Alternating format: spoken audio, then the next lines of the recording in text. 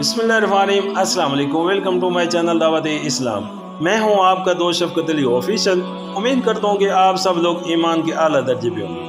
सूरतुल माइदा की आया नंबर 11 का तर्जमा, ऐ लोगो जो ईमान लाए हो, अल्लाह के उस एहसान को याद करो जो उसने अभी हाल में तुम पर किया है, जबकि एक गिरोह ने तुम पर दस्त दराजी का इरादा कर लिया था, मगर अल्लाह ने उनके हाथ तुम पर उठने से रोक दिए। अल्लाह से डर कर काम करते रहो। ईमान रखने वालों को अल्लाह ही पर भरोसा करना चाहिए। सूरतुल माइदा हाशिया नंबर 30 इशारा है उस वाक़े की तरफ जिसे हज़रत अब्दुल्ला बिन अब्बास ने रिवायत किया है कि यहूदियों में से एक गिरोह ने नबी करीम सल्लल्लाहु अलैहि वसल्लम और आपके खास सहाबा को खाने की दावत पर बुलाया था और खुफिया तौर पर ये साजिश की थी कि अचानक उन पर टूट पड़ेंगे और उस तरह इस्लाम की जान निकाल देंगे।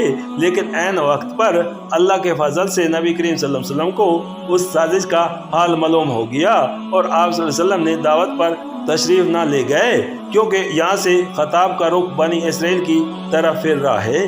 इसलिए तौहीदी के तौर पर इस वाक़े का जिक्र फरमाया गया है। यहाँ से जो तकरीर शुरू हो रही है उसके दो मकसद हैं। पहला मकसद ये है कि मुसलमानों को उस रविश पर चलने से रोका जाए जिस पर उनके पेशो रहल किताब चल रहे थे।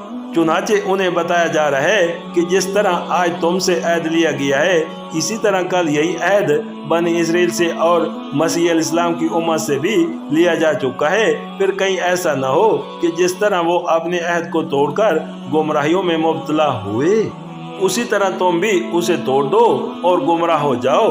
दूसरा मकसद ये है कि यहूद और नसार दोनों को उनकी गलतियों पर मुतनब्बा किया जाए और उन्हें दीन हक की तरफ दावत दी जाए।